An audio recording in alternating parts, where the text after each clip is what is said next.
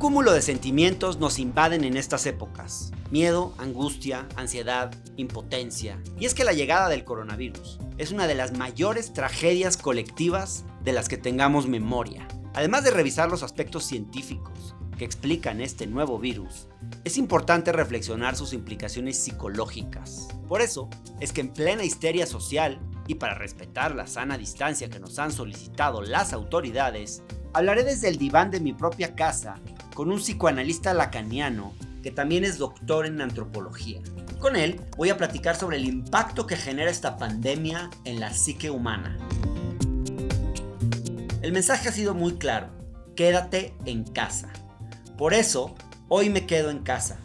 Espero que esta terapia con el Dr. Tappan nos pueda dar, a mí y a ustedes, un poquito de tranquilidad.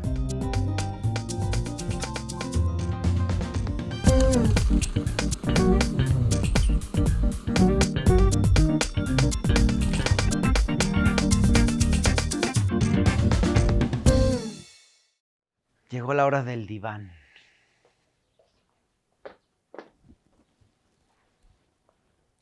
Hora de terapia. Oye, ya que estás ahí, ¿no me preparas un café? Sí, claro. ¿Qué quieres? ¿Turco o de este? Ah, de ese está bien. Va. Sin azúcar. Obvio.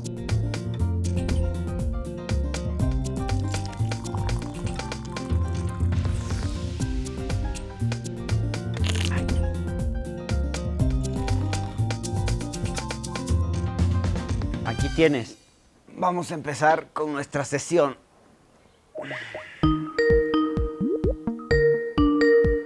Hola, pues ¿qué tal, Hernán? Buenos días. Buenos días, doctor Tappan. Pues yo le agradezco esta entrevista que honestamente para mí es casi como si fuera a consulta, porque a mí también el tono de los últimos anuncios de las autoridades de quédate en casa y que se ha puesto cada vez más duro, me han dejado pues, intranquilo, creo, como a muchos. Creo que a nuestra generación no le había tocado vivir una tragedia colectiva a nivel mundial como esta. ¿Cómo recibe la psique humana una tragedia como esta de esta envergadura? Es un asunto de verdad complejo porque hay incluso Freud tenía algunos textos sobre la cuestión de la guerra, precisamente como para advertirnos de cómo este tipo de tragedias de alguna forma nos sacuden, nos conmueven, nos trastocan y de alguna forma este tipo de eventos también se colocan en lo que ha sido nuestra propia historia. Entonces, aunque son fenómenos colectivos, o sea, son fenómenos en este mundiales, la manera en que esto nos afecta es absolutamente de manera singular. No todos lo vivimos de la misma manera, aunque hay una serie de expresiones generales, ¿no? Lo primero que hacemos con nuestros mecanismos de defensa es huir de ese tipo de cosas, estar tratando de encontrar respuestas y como tú mismo lo dices, es inédito. Entonces, ¿cómo encontrar respuestas frente a una apuesta que es inédita? Entonces no las encontramos. Generalmente entonces a partir de ello empieza el miedo, o empieza el terror, o empieza el pánico. Doctor, ¿qué tan normales son las reacciones que se han visto frente a esta tragedia y qué tanto han sido agrandadas por los medios de comunicación, por las redes sociales, por la tecnología? Al final, esta es la primera pandemia que vive la humanidad en la era de las redes sociales. ¿Será que esto ha aumentado el miedo y la ansiedad en algunas personas de lo que en condiciones normales sería? Mucho, muchísimo, porque con este aislamiento lo que también se está dando es obviamente el hecho de que la gente pasa más tiempo en las redes sociales. Esto lo he preguntado en otros lados, en España, en Italia, en Francia, y no están recibiendo esa campaña que sí estamos recibiendo los mexicanos de desinformación. Hay alguien que está tratando de meternos miedo además. Y ese miedo, bajo estas circunstancias, es muy fuerte, es muy peligroso. Incluso salió un mensaje en donde aparecía como que el presidente de Italia, llorando, decía, dice que perdimos la guerra. Y era la foto del presidente de Brasil. Cuando fue lo del La planta nuclear en Japón, esta planta, se empezó a generar tal información que empezaron a ver que los efectos sociales de la sobreinformación estaban generando mayor impacto que el propio problema nuclear que había sucedido. Entonces, a eso hay algunos que le llaman el ruido blanco, toda esa sobreinformación que ya lo único que hace es casi como desconectarte, pero sí generando un estado de profunda ansiedad, de malestar, y donde nos convertimos en seres muy manipulables. Veo gente muy histérica y yo estoy tratando de no contagiarme de esa histeria, pero empiezo a hacerlo porque veo que, pues, porque es difícil cuando ves esa histeria alrededor tuyo no formar parte de ella. Bueno, no sé si el nombre es histeria o qué es, pero esto, por ejemplo, de las compras de pánico, pues yo ya también ya terminé comprando un montón de comida. No sé por qué lo hice, pero lo hice. Lo que sí no hice es comprar papel higiénico. Esa parte sí no la entendí, esa obsesión. Esa obsesión de retacarse de papel higiénico. Pero, ¿qué son las compras de pánico? ¿Por qué la gente se comporta de esa manera? ¿Qué nos pasa? Lo que pasa es que es eso, con el pánico estamos en la irracionalidad. Entonces, si estamos en la irracionalidad, pues obviamente nos ponemos en un modo que no somos, o sea, intelectualmente dueños de nuestros actos. Estamos asustados. Entonces estamos como tratando de alguna forma, como algún tipo de chip se nos activa, en donde tratamos de convertirnos un poquito como en ovejas y estamos viendo qué hacen los otros y nosotros queremos replicar y copiar todo eso que hacen los otros porque suponemos que los otros tienen alguna información que nosotros no y no queremos nosotros tener algún percance o alguna cuestión por no hacer lo que hacen los otros. Sí existe sin duda fenómenos de contagio de la histeria colectiva, existe la histeria colectiva. Entonces, así como dicen que no panda el cúnico, y pues sí, el pánico puede cundir, o sea, puede de alguna forma replicarse y generar fenómenos, como tú sabes, o sea, de amotinarse en un avión, en un barco, o sea, frente al fenómeno de las masas, que incluso se permiten a partir de estas circunstancias linchar a alguien y cosas así, ¿no? Entonces, así es, o sea, estos fenómenos que se dan en esta condición privada, aislada, por las redes sociales puede generar un efecto multiplicador y sí expandirse de forma exponencial, como el virus.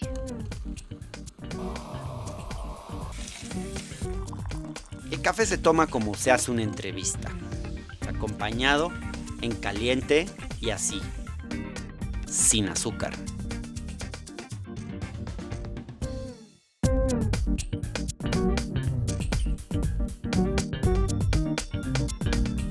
Nos embarga una profunda impotencia por no poder evadir lo que algunos han identificado como el enemigo y que hoy amenaza con alcanzar a todos sin importar nacionalidad, clase social, pertenencia étnica, género o cualquier otra condición.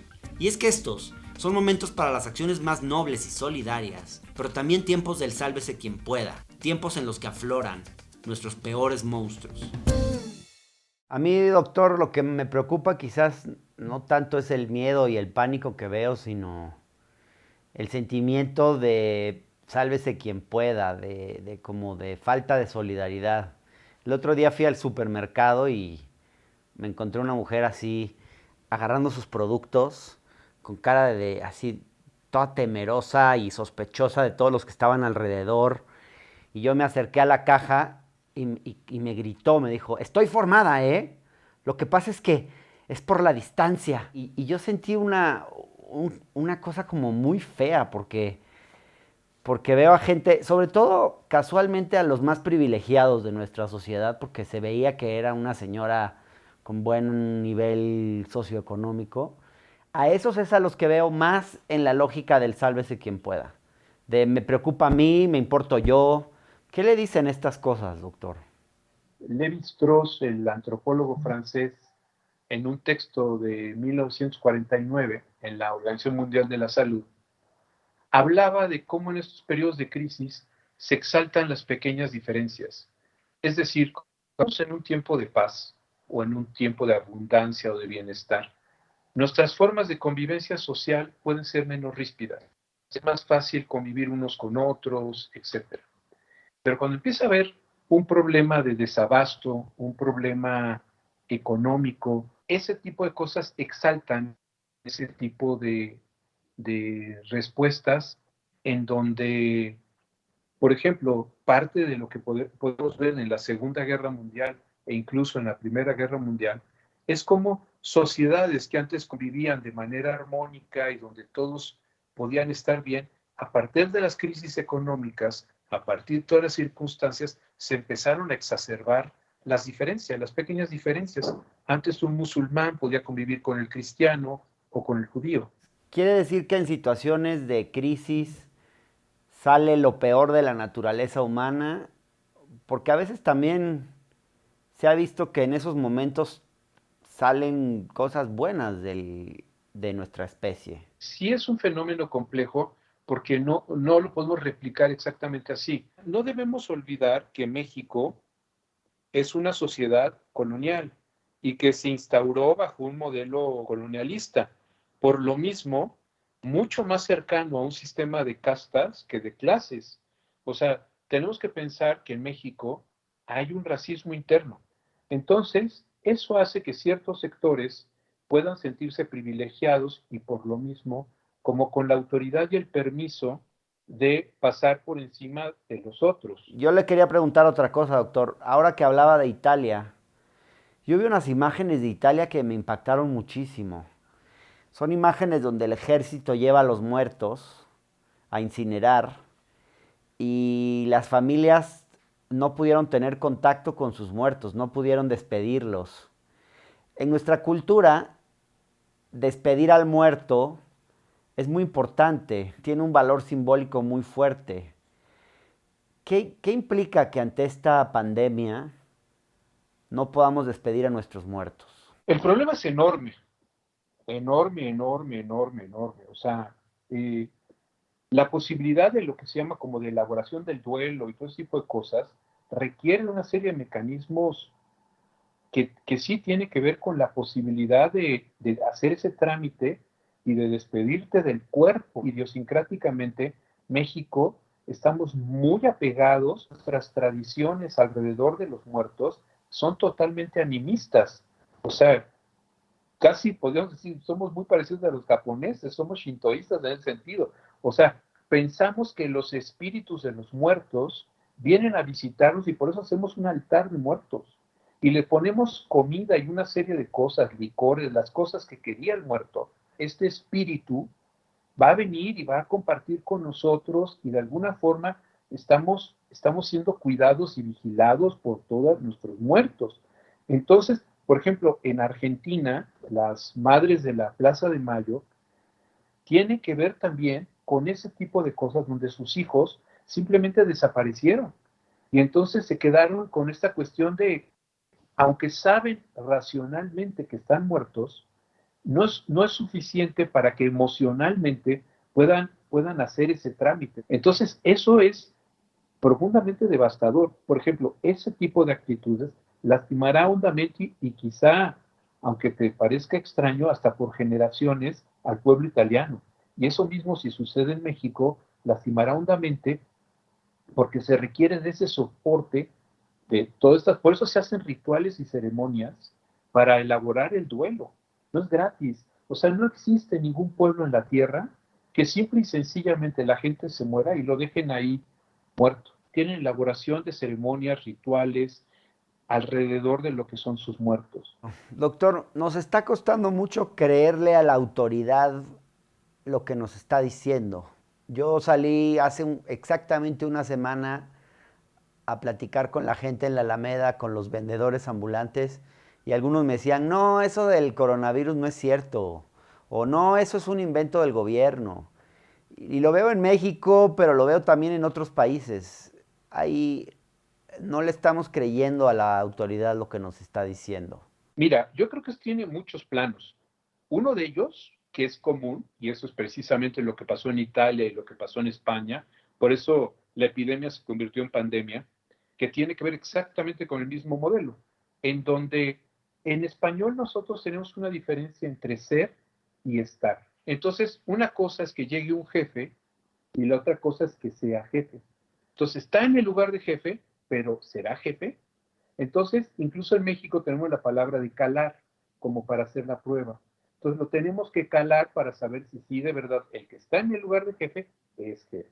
Eso lo tenemos los pueblos latinos, los españoles, los italianos, entonces tenemos cierta distancia con los modelos, como de alguna forma, con cierta distancia, con cierta cuestión a la autoridad. México es particularmente proclive a esa cuestión de estar calando, de estar viendo las cosas. En un pueblo anglosajón, el to be es ser y estar.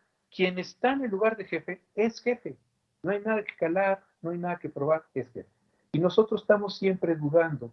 Y en México, si te das cuenta, todos los modelos autoritarios, o sea, en México es difícil una dictadura, precisamente porque nos gana la risa. Pero pareciera que del presidente se esperan demasiadas cosas. Por un lado queremos un presidente que sea como un supremo patriarca que nos dé fuerza moral, como las figuras de los presidentes, digamos, pensemos en Churchill, en De Gaulle, en cualquier, como un presidente debe actuar en un momento de crisis o de un conflicto o de guerra. Y al mismo tiempo queremos que el presidente sea ejemplo de conducta, de rectitud, de qué es lo que hay que hacer. Pero no es gratis, ¿eh? O sea, pensemos en esto. O sea, Agnes Heller, una socióloga, proponía que todas las formaciones políticas, de alguna forma, tienen raíces profundas en su historia, en su idiosincrasia, en la manera que se ha gobernado. Entonces, por ejemplo, nosotros en México tenemos la figura del Tlatoani en la época prehispánica, que era precisamente la idea del poder supremo en una sola persona. Después aparece el virrey, que es la figura totalmente en una sola persona. Después se crea, sin ninguna tradición, copiando toda una serie de cosas europeas, la idea de un sistema republicano con un presidente, pero con un sistema presidencialista, donde las cámaras y donde todo el tipo, los cámaras, diputados, senadores, todo, en realidad a lo largo de la historia, o sea, han estado orbitando alrededor de la figura presidencial. Entonces, quizá es recientemente que la presidencia está tratando de dejar de tener ese papel tan protagónico, pero finalmente que es una tradición que se monta a lo largo y ahora sí que de siglos para nosotros, ¿no? De estar esperando en la figura del presidente mucho más de lo que necesariamente pudiera ofrecernos.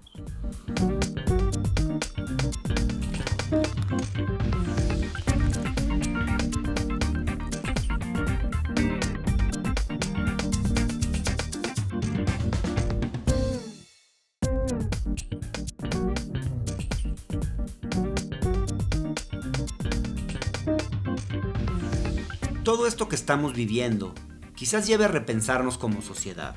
Pero el aislamiento físico no debiera llevarnos a un aislamiento social. Por el contrario, debiera ser una oportunidad para reinventarnos hoy que la humanidad entera está a prueba. ¿Y en qué sentido esta crisis puede servirnos o ser una oportunidad para que nos convirtamos en mejores seres humanos? ¿O su lectura es completamente negativa de lo que va a venir? Cuando Einstein le escribe a Freud sobre por qué la guerra, lo que le responde a Freud es verdaderamente amargo, oscuro, como diciendo, como no confiando demasiado en la naturaleza humana y no suponiendo que necesariamente los conflictos y las crisis van a convertirse en un laboratorio para que salgan mejores seres humanos. O sea, Freud no lo cree, no cree que necesariamente eso suceda. Yo creo que sinceramente, en la medida en que nosotros podamos empezar a construir algo del orden de la ciudadanía, cosa que no es muy, muy distante, es posible que esta crisis pueda caminar por esos lugares. Pero me parece que está lleno, está minado el camino, porque hay demasiados intereses. Entonces, la forma de transitar de esta crisis, siento que no va a seguir un cauce, para decirlo de alguna forma, natural, sino que se está ya generando condiciones para manipular y para que de alguna forma todo este descontento, todo este malestar, sea conducido hacia intereses como los que advertía Freud, que hacía que la gente se fuera a matar en la Segunda Guerra Mundial. Entonces, ¿cómo decirte? No soy una persona que tenga necesariamente como la idea de que esto va a ser algo maravilloso o que esto necesariamente nos llevará a crecer, a aprender, a ser mejores seres humanos. No lo creo.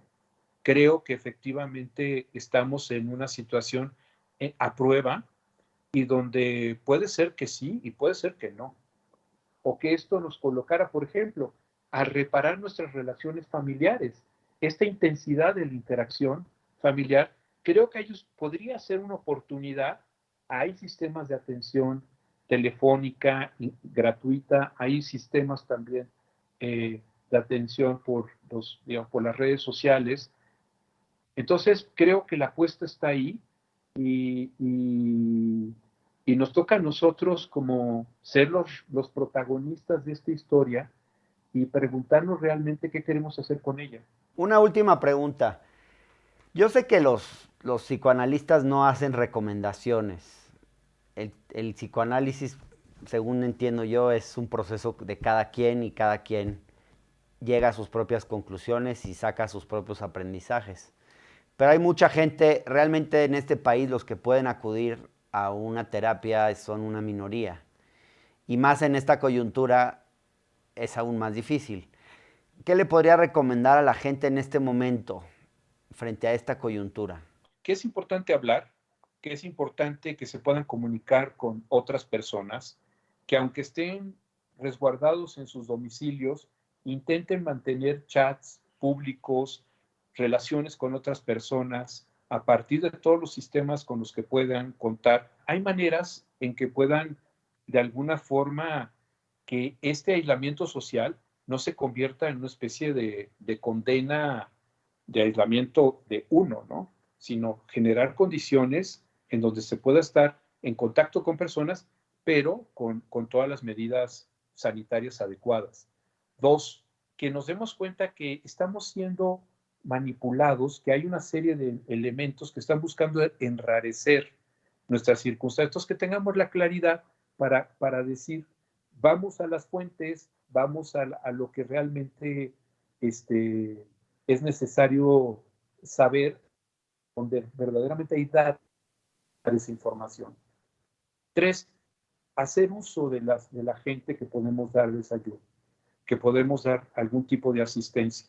O sea, entender que en estas crisis, nosotros cuando necesitamos ayuda y todo ese tipo de cosas, lo que generalmente hacemos es aislarnos. Entonces es toda una cuestión paradojal, estamos aislados socialmente y nos estamos aislando a nosotros mismos. Buscar ese tipo de cosas y sobre todo saber que esto es temporal y recordemos que esto se va a acabar. Puedo poner la mano al corazón para que vea que esto es más que legítimo. Muchas gracias, sí, y además a mí también me sirvió mucho la terapia. Saqué terapia gratis. Sí, creo. Gracias, ¿eh? Sale. Pues abrazo, hasta luego. Sale, hasta luego. Al mal tiempo, un buen café. Eso sí, sin azúcar. Y quedándonos en casa.